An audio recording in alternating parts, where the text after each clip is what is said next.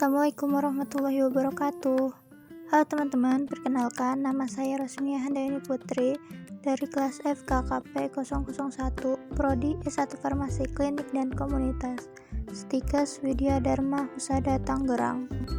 Di sini saya ingin menjelaskan sedikit tentang sejarah bahasa Indonesia untuk memenuhi tugas Bapak Adi Nurhadi SPD MPD selaku dosen pengampu mata kuliah bahasa Indonesia.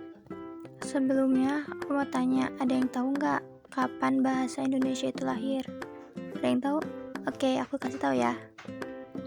Dilansir dari situs Kementerian Pendidikan dan Kebudayaan atau Kemendikbud, bahasa Indonesia lahir pada tanggal 28 Oktober 1928.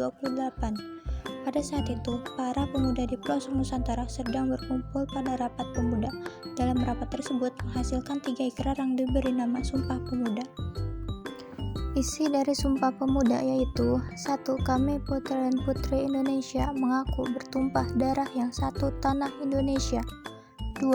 Kami putra dan putri Indonesia mengaku berbangsa yang satu bangsa Indonesia. 3. Kami putra dan putri Indonesia menjunjung bahasa persatuan bahasa Indonesia. Berawal dari Sumpah Pemuda, bahasa Indonesia mempunyai fungsi majemuk yaitu menjadi bahasa persatuan, bahasa negara, bahasa resmi, bahasa penghubung antar individu, bahasa pergaulan, dan yang tak kalah penting sebagai bahasa pengantar di semua sekolah di Indonesia. Bangsa Indonesia dilatar belakangi oleh beratus-ratus suku bangsa yang masing-masing mempunyai bahasa.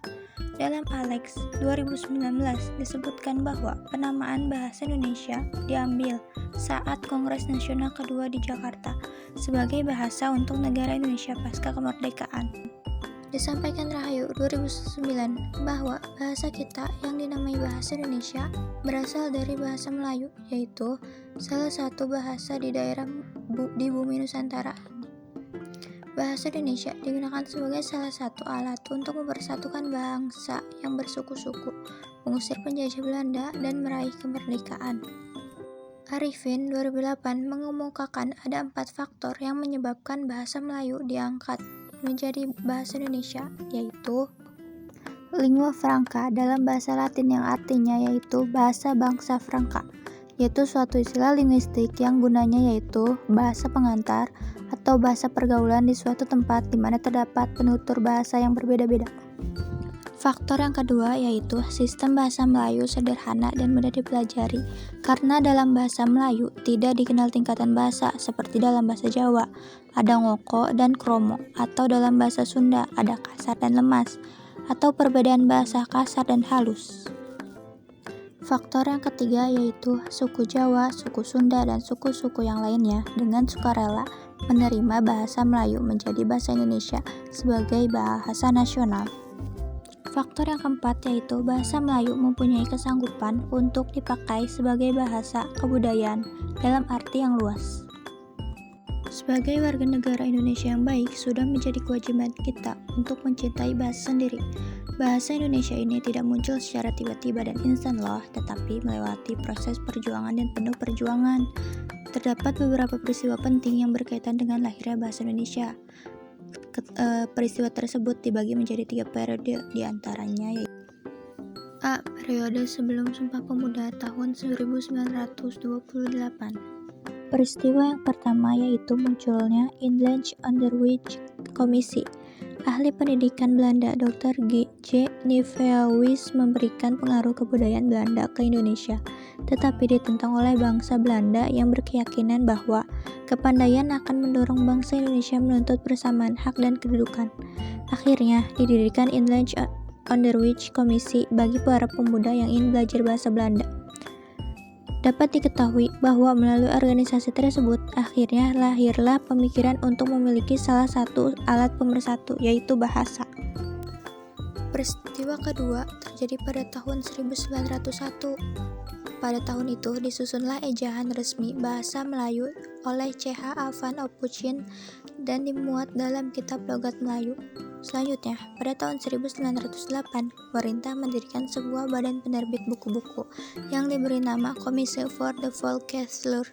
dalam bacaan rakyat yang diubah menjadi Balai Pustaka pada tahun 1917. Peristiwa yang ketiga yaitu bahasa Melayu sebagai lingua franca. Bahasa Melayu berfungsi sebagai bahasa kebudayaan, bahasa perdagangan, dan bahasa resmi kenegaraan.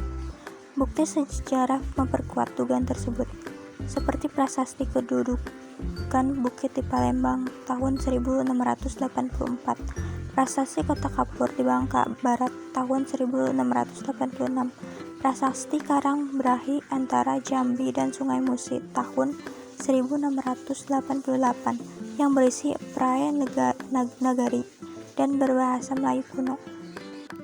Yang B. Periode Sumpah Pemuda pada tahun 1928 sampai Proklamasi Kemerdekaan Republik Indonesia 1945. Pada periode ini telah terjadi beberapa peristiwa seperti yang dikemukakan dalam Alex 2010, yaitu 1. Munculnya Trisaksi Sumpah Pemuda pada tanggal 28 Oktober 1928. Yang kedua, munculnya Angkatan Pujangga Baru 1933 yang dipelopori oleh 3A, yaitu Sultan Takdir Ali Shah Bono, Amir Hamzah, dan Armin Pane. Yang ketiga, Kongres Bahasa Indonesia pertama di Solo 1938. Dari hasil kongres dapat disimpulkan bahwa usaha pembinaan dan pengembangan bahasa Indonesia telah dilakukan secara sadar oleh cendekiawan dan budayawan Indonesia pada saat itu. Yang keempat yaitu bahasa Indonesia sebagai bahasa utama pada tahun 1942 sampai 1945 dan tepat pada tanggal 18 Agustus 1945 ditandatanganilah Undang-Undang Dasar Republik Indonesia yang salah satu pasalnya menetapkan bahasa Indonesia sebagai bahasa negara yaitu dalam pasal 36. Yang kelima, munculnya Angkatan 45 yang memiliki ciri pada dinamika kata-kata dan satu tokohnya yaitu Chairil Anwar. Yang C. Periode Proklamasi Kemerdekaan Republik Indonesia pada tahun 1945 sampai dengan sekarang. Beberapa peristiwa yang terjadi pada periode ketiga ini diuraikan oleh Alex 2010 sebagai berikut. Peristiwa pertama terjadi pada tanggal 19 Maret 1947, diresmikannya penggunaan ejaan Republik atau ejaan Suwandi sebagai pengganti ejaan Van Ophusen. Peristiwa yang kedua yaitu Kongres Bahasa Indonesia yang kedua yang dilaksanakan di Medan pada tanggal 28 Oktober sampai 2 November 1954. Hal ini salah satu perwujudan tekad bangsa Indonesia untuk terus-menerus menyempurnakan bahasa Indonesia. Peristiwa yang ketiga yaitu terjadi pada tanggal 16 Agustus 1972. HMM Soeharto, Presiden Republik Indonesia, meresmikan penggunaan ejaan bahasa Indonesia yang disempurnakan atau EYD sebagai pengganti ejaan sebelumnya.